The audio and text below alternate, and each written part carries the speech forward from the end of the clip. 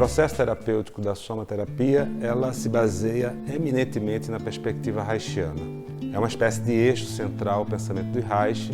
Wilhelm Reich foi um egresso da sociedade psicanalítica, muito jovem, entrou junto ao pensamento freudiano e talvez tenha sido um dos mais inquietos psicanalistas a tentar compreender a emergência dos conflitos emocionais para além de uma questão meramente antropológica.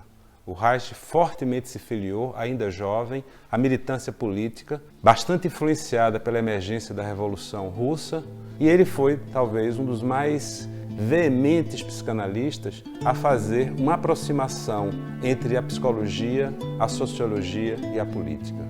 Reich tentou aproximar as contribuições sobre o estudo da subjetividade no campo dos indivíduos aos efeitos sociais e ao tentar estabelecer essa interface entre indivíduo e sociedade e como os valores sociais, econômicos e morais incidem na subjetividade, produzindo, sobretudo, aspectos repressores no campo da sexualidade, mas da vida como um todo, jogou uma luz, até então não tão evidente na psicanálise, de como essas forças sociais operam sobre os indivíduos, produzindo o que ele chamou de uma estrutura caracteriológica. O caráter, na perspectiva reichiana, não deixa de ser uma espécie de sedimentação dos valores culturais e sociais que produzem esse jeitão de ser do indivíduo no seu meio. O Reich, portanto, ele vai dar um olhar social e político à neurose, entendendo que elas são frutos dessas relações de poder. A soma talvez seja uma das práticas terapêuticas no campo reichiano que mais tensiona essa visão social e política do Reich. Mas o recorte que situa o Reich ali na crítica à metodologia psicanalítica, sobretudo pelo excesso de valorização da palavra e, na sua visão, um esvaziamento social e político, justamente da emergência da neurose, e a crítica que ele passa a estabelecer também às organizações marxistas, ao Partido Comunista Alemão, o aproxima bastante do pensamento anarquista.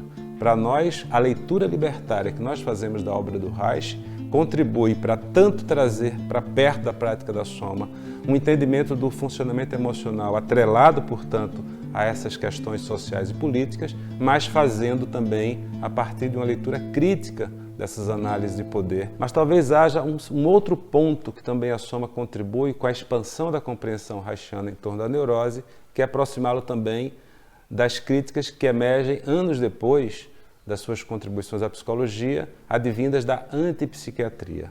A antipsiquiatria é um movimento de insurgência dentro do campo da saúde mental, justamente por questionar a ideia de loucura e normalidade, a ideia de como esse chamado indivíduo louco deve ser afastado, portanto, uma crítica também aos métodos chamados de tratamentos. Mas dentro da antipsiquiatria há um conceito fundamental para a soma, que é a teoria do duplo vínculo. É que existe uma manobra comunicacional chamada de duplo vínculo ou dupla vinculação, muito presente nas organizações mais moleculares da sociedade, como a família, que é uma forma de comunicar e negar algo ao mesmo tempo, seja pelo mesmo canal de comunicação, como a fala, ou pelo canal de comunicação da fala e da expressão gestual. É o dizer sim pela palavra e mostrar uma discordância pelo gesto. Quando existe um forte vínculo afetivo, esse tipo de manobra vai gerando confusão. É o dizer, por exemplo, que está tudo bem com a cara de chateado. É o dizer que eu estou concordando com a pessoa e mostrando discordância. É o dizer que eu quero estar com ela e mostrando desinteresse. Para uma criança e um jovem, recebendo esse tipo de mensagem de forma recorrente, é algo bastante perturbador.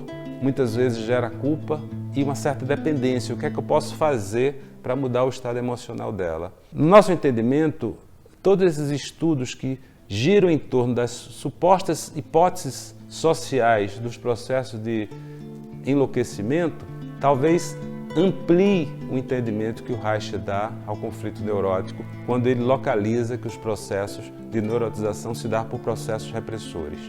O que a antipsiquiatria, portanto, joga uma luz no pensamento reichiano é entender que esses processos de autoritarismo não se dão necessariamente pela ameaça da força, pela ameaça do castigo.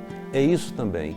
Mas o que mais produz efeito na sensibilização do outro é quando o amor é utilizado como instrumento de controle, posse e neurotização mesmo do outro. Para uma criança é muito mais fácil educá-la no sentido de formatá-la, de governar sua conduta. O que a antipsiquiatria tentou mostrar a partir da teoria do duplo vínculo é de que as relações de poder elas operam muito nesse plano da micropolítica e, sobretudo, onde há relações amorosas, onde há relações afetivas. Portanto, o que a antipsiquiatria fez na relação que a gente procura estabelecer na soma com a teoria reichiana é ampliar nossa compreensão que os mecanismos de poder que operam sobre o outro, elas vão muitas vezes se operar no campo muito sutil. Para nós, um dos pontos mais importantes na terapia é justamente a ideia, né, da revolta.